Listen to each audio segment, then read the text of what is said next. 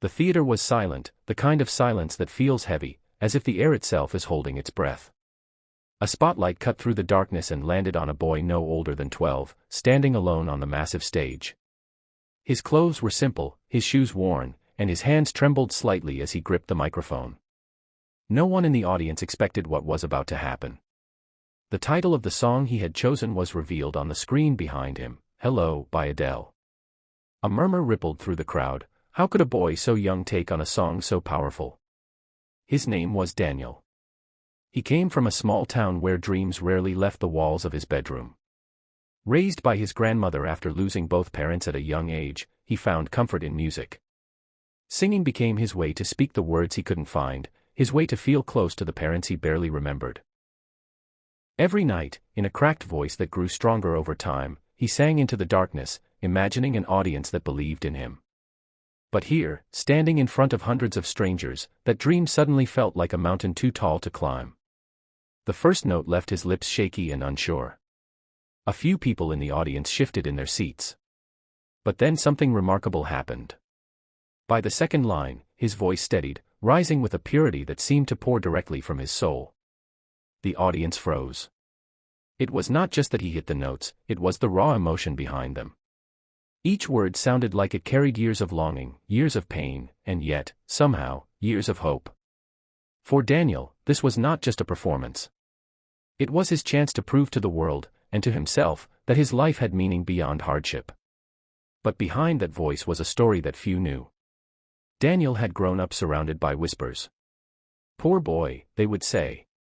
His parents are gone. What future could he possibly have? Teachers saw him as shy, withdrawn, sometimes even incapable. Friends drifted away because he never had money for outings or nice clothes.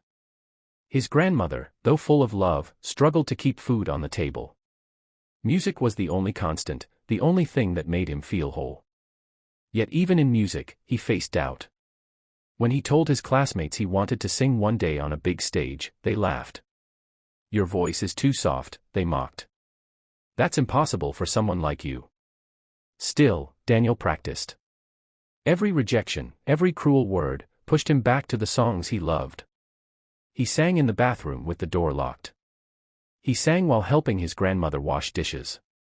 He sang to heal the ache of loneliness. What no one knew was that he was waiting for a moment like this one.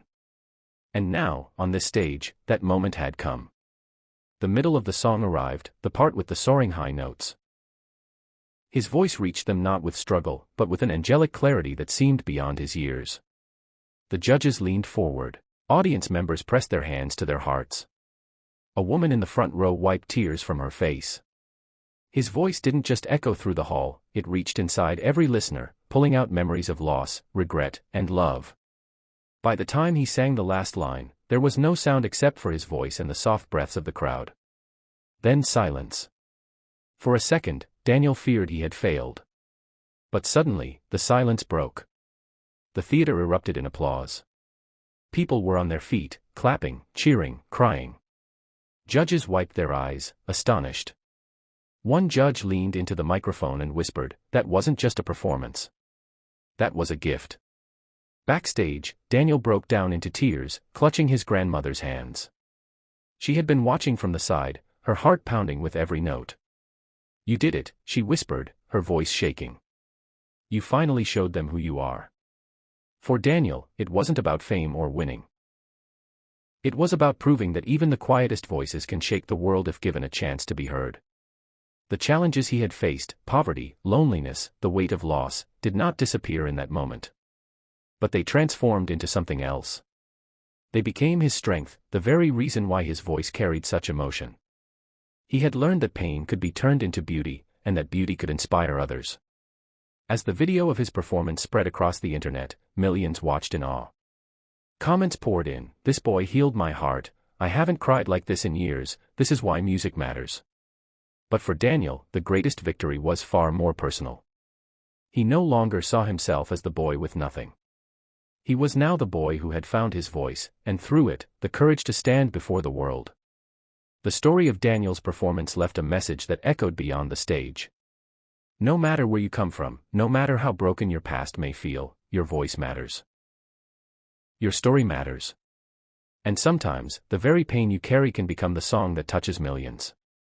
That night, as Daniel and his grandmother walked home under the quiet glow of the streetlights, he whispered, "I think Mom and Dad heard me." And for the first time in a long time, his heart felt light. Because one young boy's angelic voice on Hello had not only shaken the stage, it had reminded the world of the power of hope, love, and resilience.